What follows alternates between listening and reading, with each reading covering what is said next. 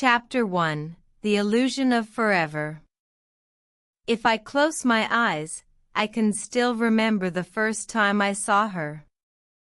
It was a rainy day, the kind where the sky looks like it's been washed in gray paint, and the world feels quiet and slow. I was sitting in my favorite coffee shop, the one with the old wooden tables and the smell of roasted beans that always made me feel at home. She walked in, shaking drops of water from her hair, and smiled at the barista. That smile was like sunlight breaking through the clouds. I didn't know then how much that smile would come to mean to me, or how much it would hurt me later on. We met by chance, but it felt like fate. She sat at the table next to mine, reading a book I loved. I couldn't help but say something about it, and she looked up with those bright, curious eyes. We talked for hours that day, about books, music, dreams, and little things like why she always ordered her coffee with extra cream. I remember thinking, this is it. This is the start of something real. Looking back, I wonder if I was just lonely, or if I was really falling in love. Maybe it was both. All I know is that from that day on, my world started to revolve around her. Her name was Emily, and she was everything I thought I wanted: funny, smart, kind, and beautiful in a way that made you want to stare a little longer than was polite. The first few months were like living in a dream. We went on long walks, laughing at our own private jokes. She'd send me texts late at night, little messages that made me feel seen and wanted. We talked about everything: our childhoods, our fears, the things we hoped for in life. She told me about her love for painting and how she wanted to travel the world. I told her about my writing, my family, and how I sometimes felt like I didn't quite fit in anywhere. With her, I felt like I belonged. We met each other's friends, then our families. My mom loved her instantly, saying she had a good heart. My dad, who never said much, just nodded and smiled when she was around. Her parents were a little more distant, but I could tell they cared for her deeply. We spent holidays together, made silly traditions, and talked about the future like it was something we could reach out and touch. It wasn't long before I knew I wanted to spend my life with her. I started saving up for a ring, planning how I would ask her to marry me. I wanted it to be perfect, something she'd remember forever. I took her back to that coffee shop where we first met, got down on one knee, and asked her to be my wife. She cried, said yes, and hugged me so tightly I thought I might never breathe again. For a while, everything felt right. We were engaged, planning a wedding, dreaming about a house with a garden and maybe a dog or two. But even in those happy days, there were small shadows I tried not to see.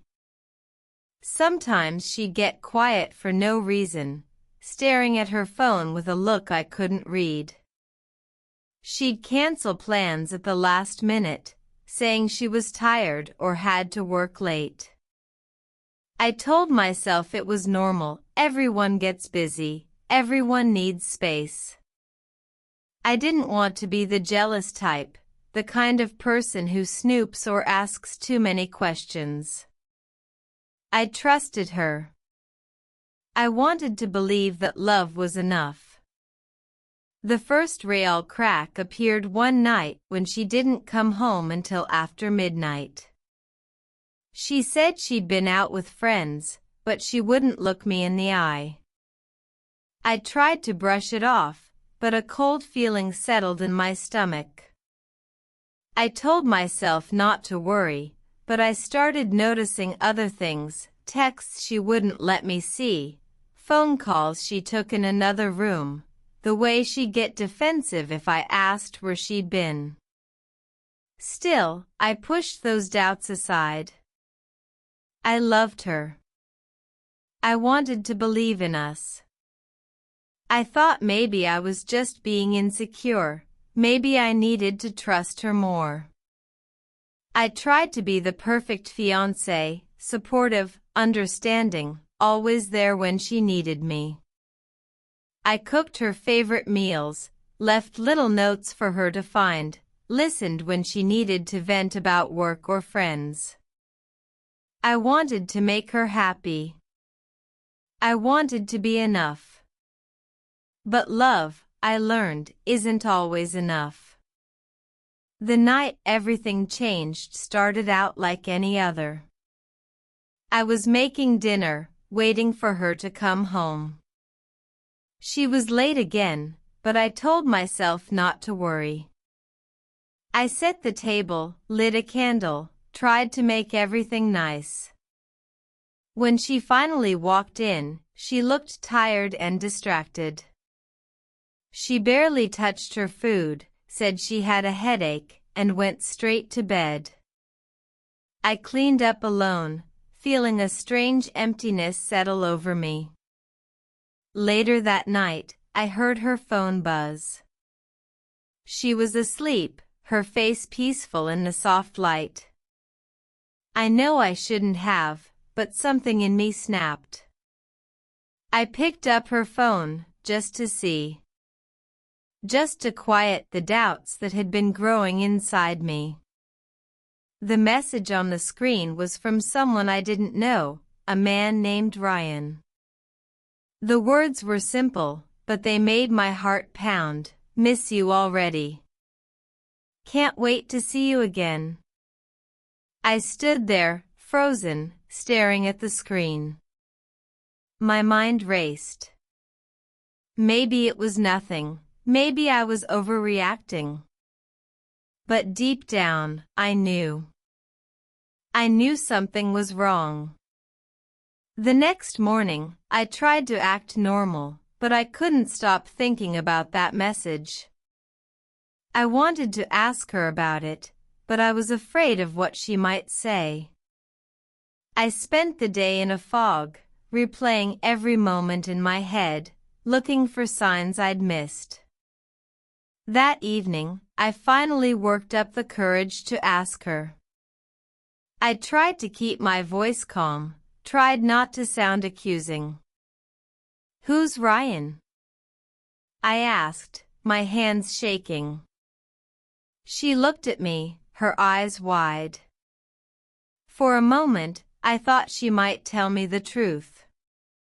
But then she smiled, a little too brightly, and said he was just a friend from work. "You're being silly," she laughed, brushing it off. "There's nothing going on." I wanted to believe her. I wanted to let it go. But the seed of doubt had been planted, and it started to grow. Over the next few weeks, things got worse. She was distant, distracted, always on her phone. I tried to talk to her, to tell her how I was feeling, but she'd get angry, accuse me of not trusting her. I started to feel like I was losing my mind. Was I being paranoid, or was something really going on? One night, I decided to follow her. I felt guilty, like I was betraying her trust, but I needed to know the truth. She said she was going to meet a friend for dinner, but I watched as she got into her car and drove across town. I followed at a distance, my heart pounding in my chest. She parked outside a small restaurant and went inside. A few minutes later, Ryan arrived. I watched them through the window, laughing and talking like old friends. Then, as I watched, He reached across the table and took her hand. I felt sick. I wanted to burst in, to confront them, but I couldn't move. I just stood there, watching as the woman I loved held hands with another man. When she came home that night, I was waiting for her. I told her what I'd seen, asked her to tell me the truth. She denied everything, said I was imagining things, that I was being crazy. She cried, said she loved me, begged me to trust her. I wanted to believe her, but I couldn't shake the image of her with Ryan. After that, things fell apart quickly. She started spending more and more time away from home. When she was there, she was cold and distant. We fought all the time, about everything and nothing. I tried to hold on, tried to fix things, but it was like trying to hold water in my hands. No matter how hard I tried, it kept slipping away. Then, one day, she told me she was leaving. She said she needed time to think, that she wasn't sure she wanted to get married anymore. She packed a bag and walked out the door, leaving me standing there with a ring in my hand and 1,000 unanswered questions in my heart. The days that followed were some of the darkest of my life. I couldn't eat, couldn't sleep. I kept replaying everything in my mind, trying to figure out where I'd gone wrong. I blamed myself, thinking maybe if I'd been a better fiancé, if I'd trusted her more, things would have been different. I missed her so much it hurt. Every little thing reminded me of her, the smell of her perfume on my pillow, the half-finished painting she'd left in the living room, the sound of her laughter echoing in my mind. My friends tried to help, but I pushed them away. I didn't want to talk about it. I didn't want to hear that I'd be okay, that I'd move on. I didn't want to move on. I just wanted her back. A few weeks later, she called me. Her voice was soft, almost apologetic. She said she missed me, that she wanted to see me.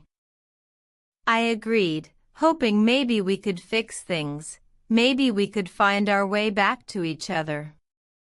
We met at the park where we used to go on Sunday afternoons. She looked different, tired, sad, but still beautiful. We talked for hours, about everything and nothing.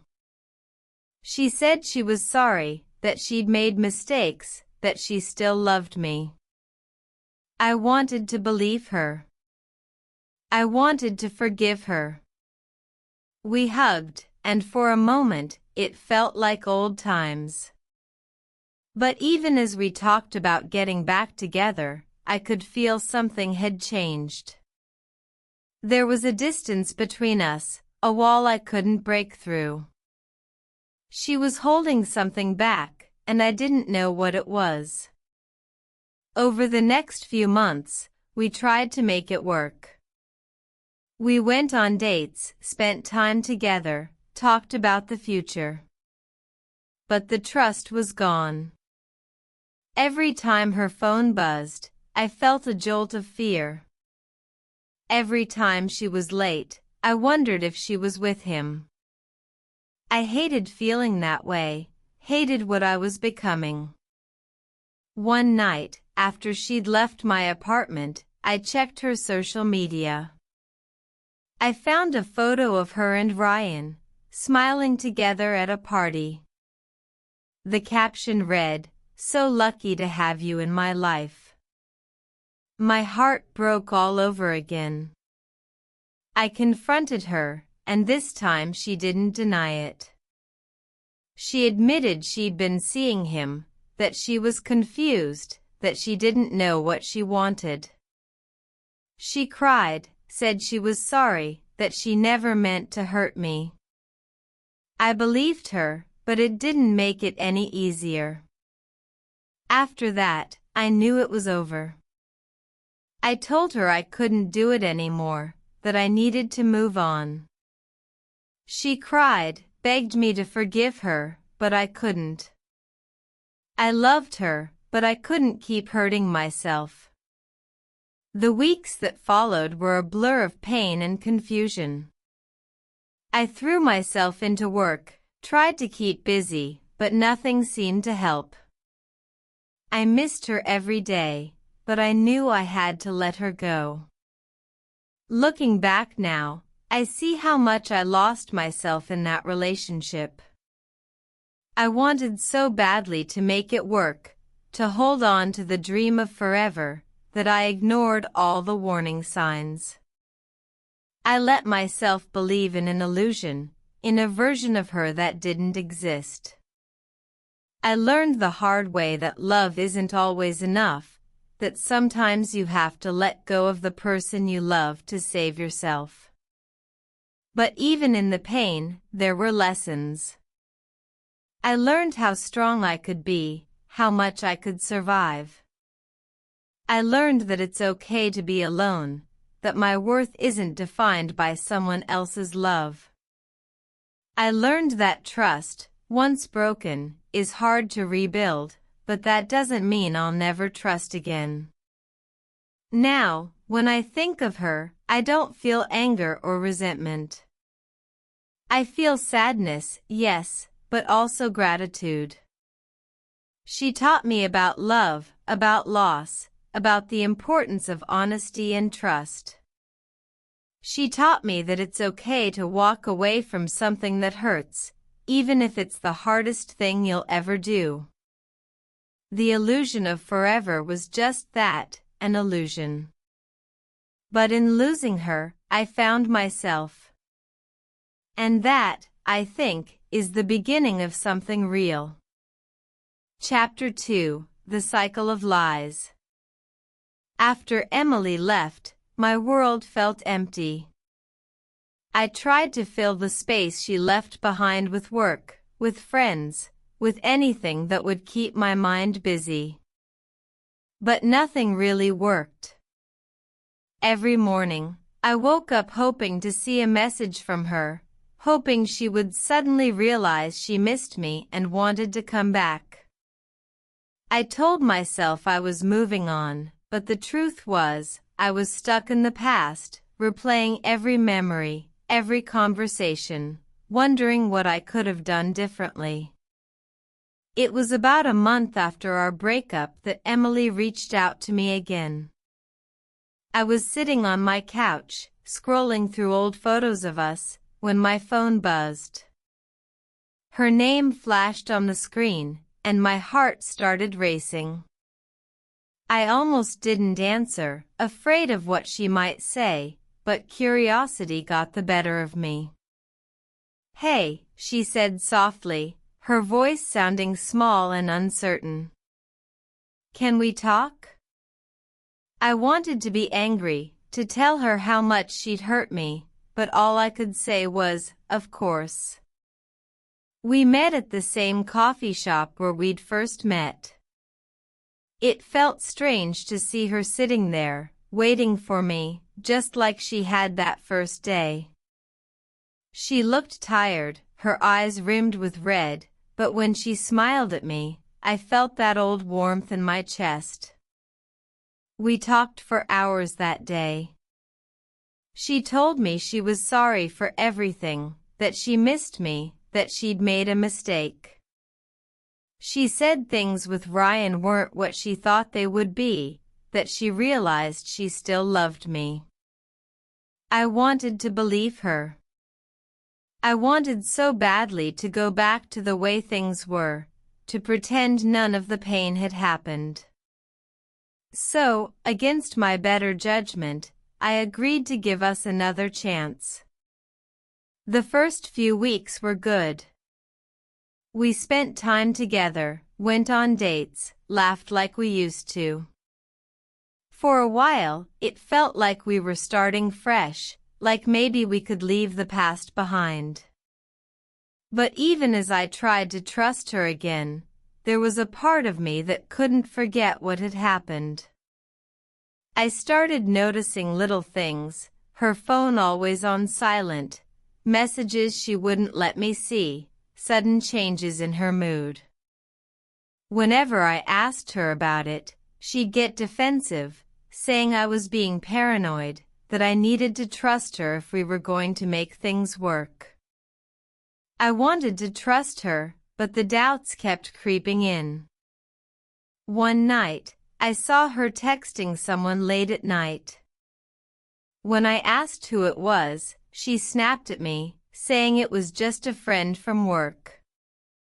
I tried to believe her, but the uneasy feeling in my stomach wouldn't go away. As the weeks went by, the cycle started to repeat itself. She would pull away, become distant, and I would chase after her, desperate to keep her close.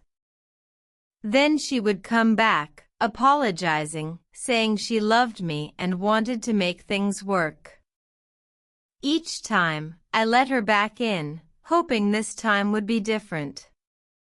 But it never was. I started to feel like I was losing myself. I became obsessed with finding out the truth, checking her social media, looking for signs that she was still seeing Ryan. I hated what I was becoming, suspicious, anxious, always on edge. I stopped seeing my friends, stopped doing the things I loved. My whole life started to revolve around her and the constant fear that she was lying to me. One day, I found a message on her phone from Ryan.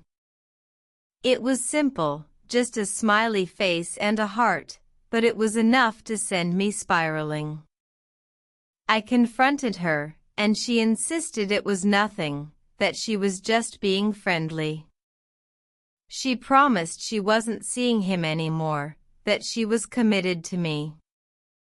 I wanted to believe her, but the trust was gone. We broke up again, and this time I told myself it was for good. I blocked her number, deleted her from social media, tried to move on. But a few weeks later, she showed up at my apartment, crying, begging for another chance. She said she'd ended things with Ryan, that she wanted to be with me. I was weak. I let her back in. This cycle went on for months. Each time, I told myself it would be the last. Each time, I believed her promises, only to have my heart broken all over again. My friends started to worry about me. They told me I deserved better, that I needed to let her go for good. But I couldn't. I was addicted to the hope that things could go back to the way they were. Looking back, I can see how toxic it all was. Emily knew how to say all the right things, how to make me feel needed and loved, just enough to keep me hanging on.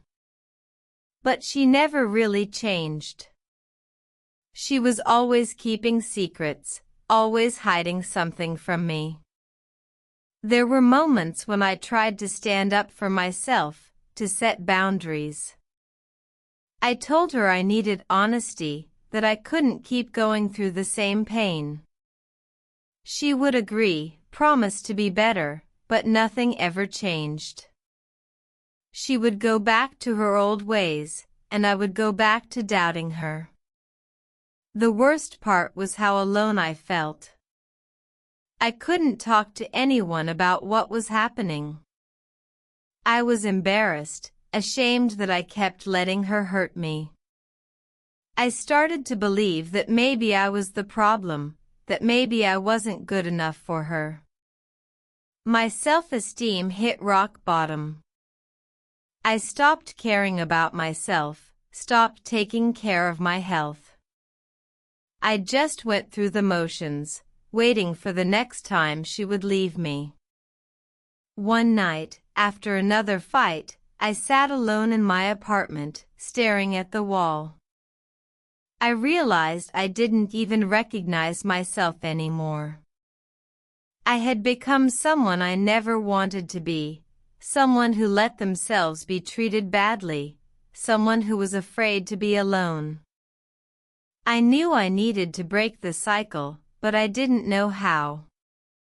Every time I tried to walk away, she would pull me back in with promises and apologies. I wanted to believe she could change, that we could be happy together, but deep down, I knew it was never going to happen. Things came to a head one weekend when she asked me to move in with her. She said she wanted to start fresh, to build a life together. She even offered to quit her job if it would make me feel safer, said she'd do anything to prove she was serious about us. For a moment, I almost believed her. I started to imagine what our life could be like, living together, starting over. But then, just a few days later, I found out she was still seeing Ryan. I saw a photo of them together on social media, smiling and holding hands. My heart sank.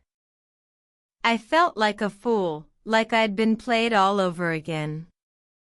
I confronted her, and this time she didn't even try to deny it. She said she was confused, that she cared about both of us, that she didn't know what she wanted. She said she was sorry, but I could see in her eyes that she wasn't really sorry at all. She just didn't want to be alone. That was the moment I realized I had to let her go. No matter how much I loved her, no matter how much I wanted things to work, I couldn't keep hurting myself. I deserved better. I deserved someone who would love me and only me. The days after that were some of the hardest of my life. I had to fight the urge to call her, to check her social media, to hope she would come back. I had to remind myself every day that I was worth more than the pain she kept giving me. It wasn't easy.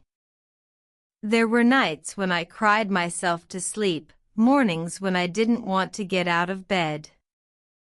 But slowly, I started to feel stronger. I started to see that the love I had for her wasn't enough to fix what was broken. I started to realize that I needed to love myself first. Looking back now, I can see how trapped I was in that cycle of lies and hope. Emily was like a drug. I knew she was bad for me, but I couldn't let her go. I kept chasing the high of those good moments, ignoring the pain that always followed. I let her control my life, my happiness, my sense of self-worth. It took a long time for me to break free. I had to learn how to be alone, how to find happiness in myself instead of in someone else. I had to rebuild my confidence, my trust in myself. I had to forgive myself for all the times I let her hurt me, for all the times I believed her lies. Now, when I think about Emily, I don't feel anger or hatred. I feel sad for the person I was, for how lost and desperate I became. I feel grateful for the lessons I learned, even though they came at such a high cost. The cycle of lies is a hard thing to escape. It traps you, makes you doubt yourself, makes you believe things will get better if you just try a little harder. But the truth is, some people will never change, no matter how much you love them or how much you sacrifice for them. I wish I could go back and tell myself that. I wish I could tell myself that it's okay to walk away, that it's okay to put yourself first. I wish I could tell myself that real love doesn't hurt, doesn't make you feel small or unworthy.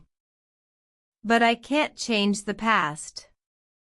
All I can do is move forward, one day at a time, and try to be kinder to myself.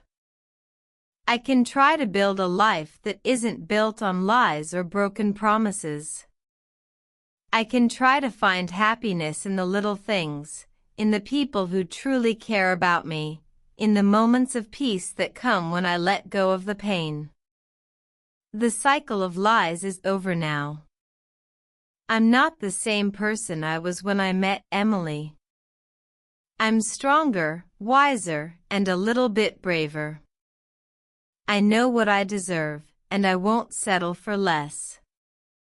This chapter of my life is closed, but the story isn't over. I don't know what the future holds, but I know I'll face it with open eyes and an open heart. I'll remember the lessons I learned, and I'll try to be better, for myself and for the people I love. And maybe I'll find someone who loves me the way I deserve to be loved, honestly, completely, and without lies. Chapter 3: The Breaking Point. I always thought the worst pain was losing Emily the first time, but I was wrong. The real pain came later, when hope and doubt twisted together so tightly inside me that I could hardly breathe. I was living in a world of maybes and what-ifs, trapped in a cycle of lies and apologies, always waiting for the next blow.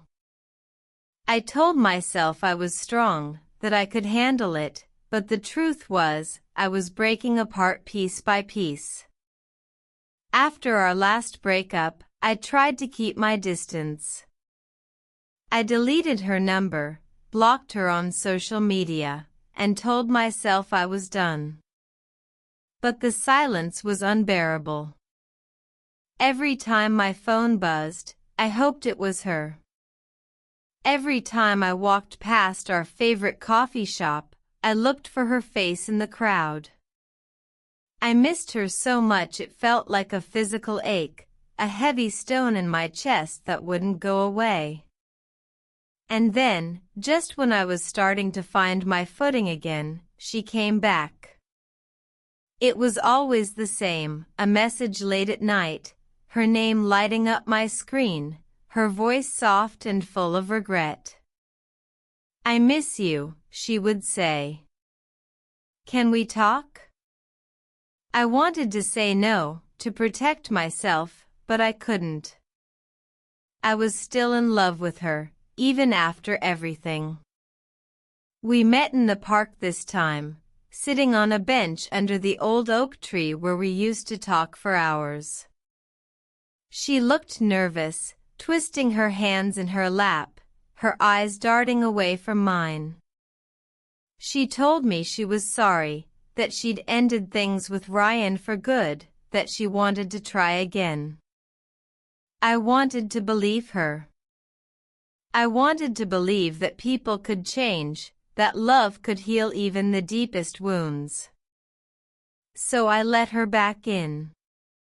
We started slowly, just talking at first, then meeting for coffee, then spending weekends together.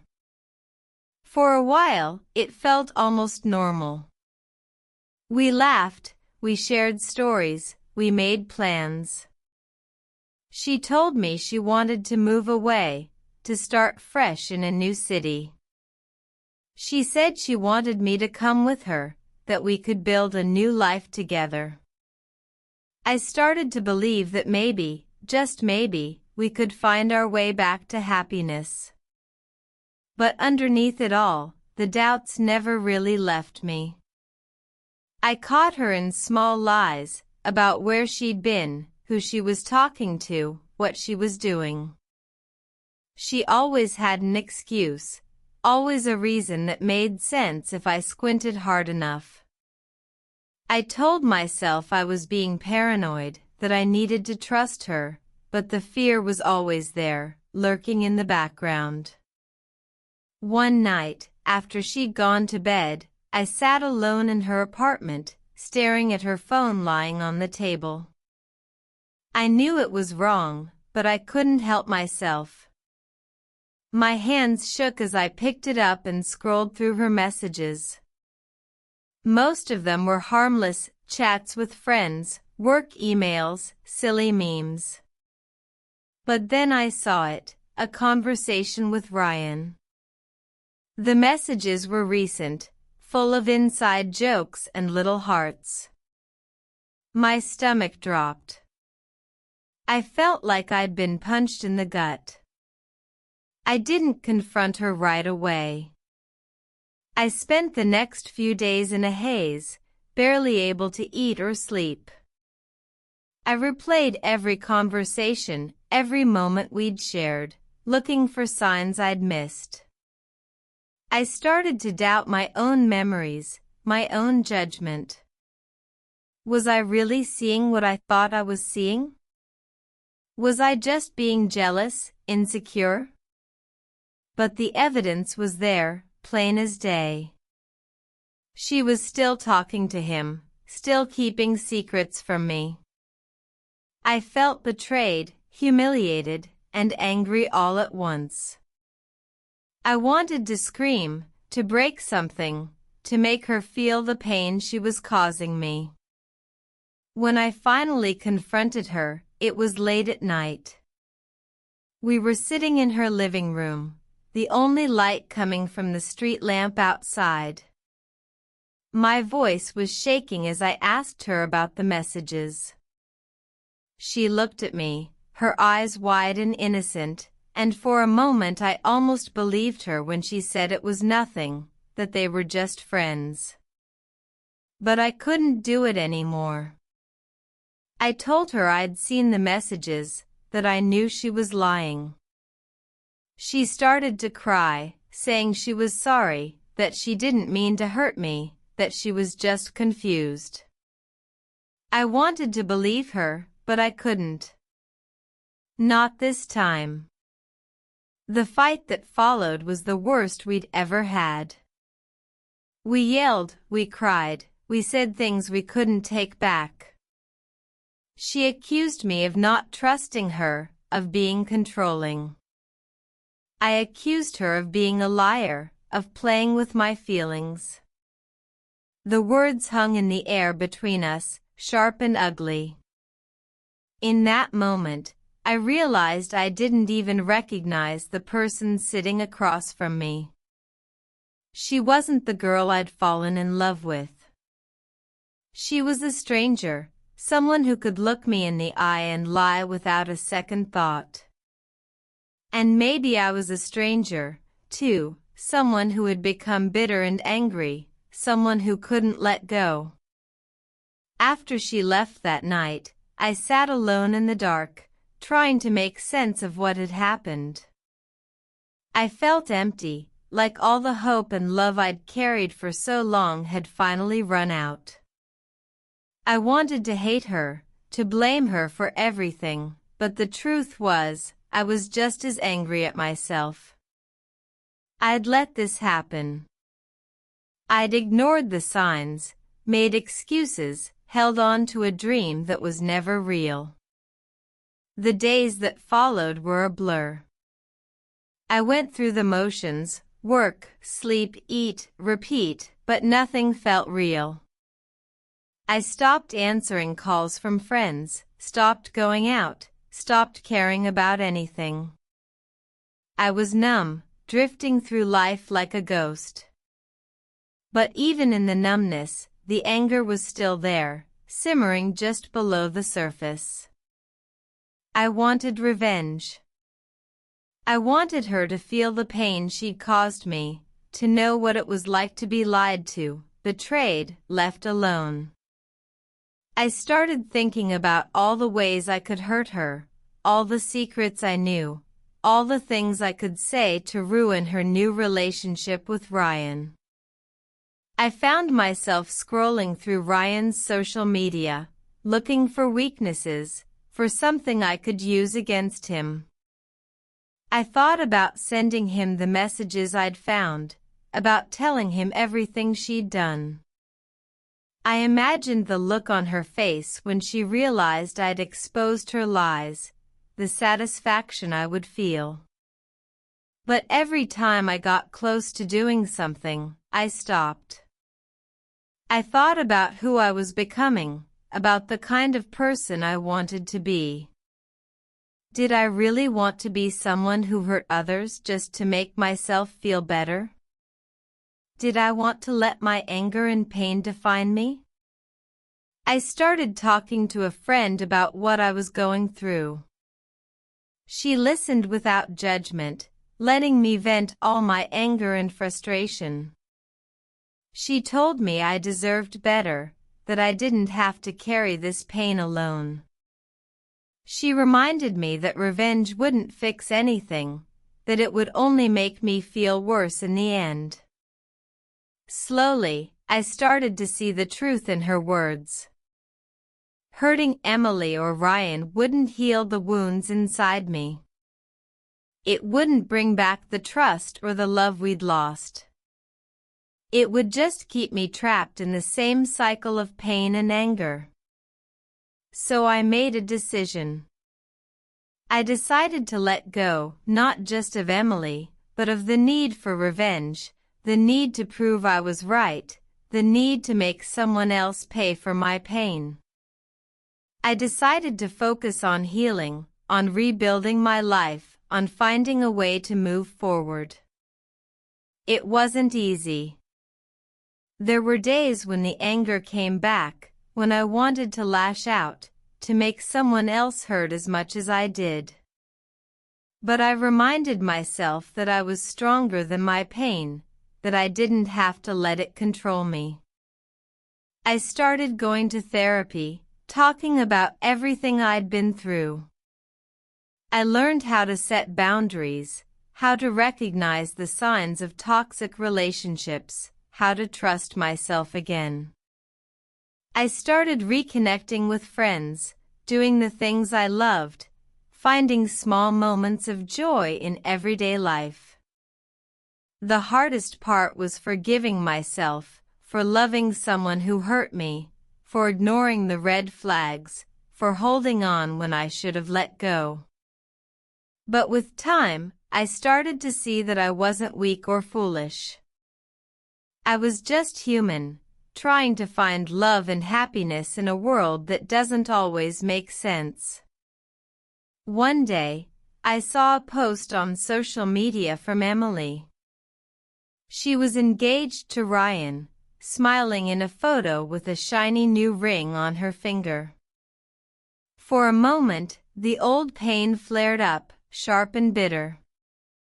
But then it faded, replaced by a strange sense of relief. I realized I didn't care anymore. Her life was her own, and I was finally free. Looking back, I see how much I've grown. The breaking point wasn't just the end of my relationship with Emily, it was the beginning of a new chapter in my life. I learned that love isn't always enough, that trust once broken is hard to rebuild, that sometimes the best thing you can do is walk away. I learned that I am stronger than I ever thought possible, that I can survive heartbreak and come out the other side. I learned that forgiveness isn't about letting someone off the hook, it's about freeing yourself from the weight of anger and pain. The breaking point was the hardest thing I've ever been through, but it was also the most important. It forced me to confront my own weaknesses, to face the truth about myself and the people I loved. It taught me that healing takes time, that it's okay to ask for help, that it's okay to put yourself first. Now, when I think about Emily, I don't feel anger or sadness. I feel gratitude for the lessons, for the memories, for the chance to start over. I know I'll never forget what happened, but I also know it doesn't define me. The breaking point was the end of one story, but it was also the beginning of another. And this time, I'm the one writing it. Chapter 4: Picking Up the Pieces. The breaking point was painful, but it was also a turning point. After all the lies, the betrayals, and the heartbreak, I finally understood something important. I couldn't keep living in the past. I had to find a way to pick up the pieces of my shattered heart and rebuild my life, piece by piece, day by day. At first, it felt impossible. The pain was raw, like a wound that wouldn't stop bleeding. I woke up some mornings feeling like I was carrying a heavy weight, and the simplest tasks felt overwhelming. But I knew I had to try.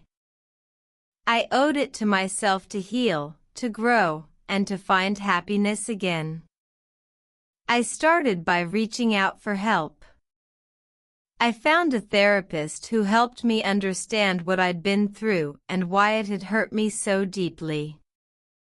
Talking about my feelings, my fears, and my mistakes was hard, but it was also freeing. I learned that I wasn't alone, that many people go through betrayal and heartbreak, and many come out stronger on the other side.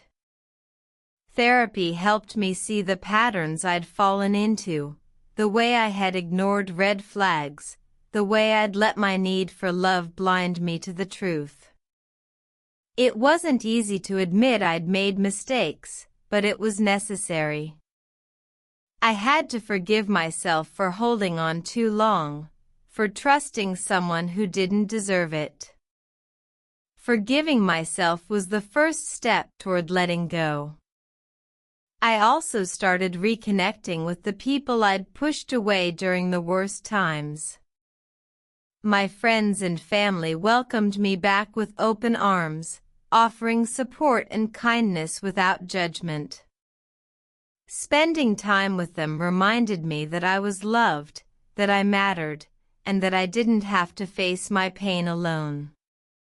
Slowly, I began to rediscover the things that made me happy: writing, hiking, playing music, even just watching the sunset. These small moments of joy helped me rebuild my sense of self. I realized that my happiness didn't depend on anyone else, it came from within me. One of the hardest lessons I learned was about trust. After being lied to so many times, trusting others felt scary and risky. But I also learned that trust is a choice, a decision to be open and vulnerable, even when it's hard. I started to trust myself again, to listen to my instincts, and to set boundaries that protected my heart. I didn't rush into new relationships. I needed time to heal and to understand what I truly wanted. When I finally felt ready to open my heart again, I did so with caution but also with hope. I knew I deserved someone who would love me honestly and fully, without games or secrets. There were moments when the past still haunted me. Sometimes, I'd catch myself replaying old memories or wondering what might have been. But instead of letting those thoughts drag me down, I learned to acknowledge them and then let them go. I reminded myself that the future was mine to shape, and that I had the power to choose happiness. One day, I found myself standing in front of a mirror, looking at the person I'd become. I saw someone who had been broken but was now healing. Someone who had been hurt but was learning to love again. Someone who had lost a dream but was discovering new hopes. I smiled at my reflection. It wasn't the smile of someone who had forgotten the pain, it was the smile of someone who had survived it and was ready to live. I realized that the story with Emily was a chapter in my life, not the whole book. I couldn't change what had happened, but I could choose how I moved forward. I could write new pages filled with honesty, self-respect, and real love. To mark the end of that chapter, I did something symbolic. I took the engagement ring, the one I'd bought for Emily, and I put it away in a box. I didn't throw it away or hide it. I kept it as a reminder of what I'd been through and how far I'd come. It was a symbol of both loss and growth. I also deleted the last traces of her from my phone and social media. It wasn't out of anger or bitterness, but because I needed space to heal. Holding on to those reminders only kept me tied to the past. As I closed that door, I felt a sense of peace. For the first time in a long time, I felt free. Freedom to love myself. Freedom to trust again. Freedom to dream new dreams. The journey wasn't over, and I knew there would be challenges ahead. But I was no longer afraid. I had learned that even when life breaks you, you can still find a way to put yourself back together. And that is exactly what I intend to do. I don't know what the future holds, but I'm ready to face it, with an open heart, a clear mind, and a spirit that refuses to be broken. Because sometimes, the hardest endings lead to the most beautiful beginnings.